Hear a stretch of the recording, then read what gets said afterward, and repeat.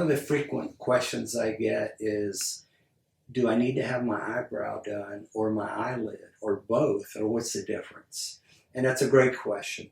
The way I like people to think about it is, if you're at home and you think about your curtain rod and you think about your curtains, that's very analogous to your brow is your curtain rod. Your eyelid is your curtain. So if you go to the store, you get a great looking curtain and you hang it up and it's got a sway in it.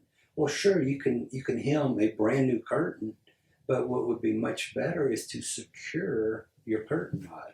So when I talk to people about securing their brow, it's really stabilizing the brow so that the curtain can hang naturally and you can reproduce your natural looking eyelid. If we don't, what's going to happen is the eyebrow to eyelash distance is going to get narrow, and then you look stern and you look upset.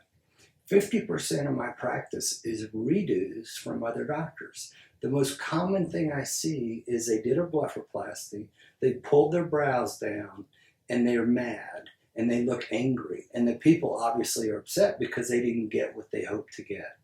That's the difference of understanding all the ophthalmology that also goes with the plastic surgery.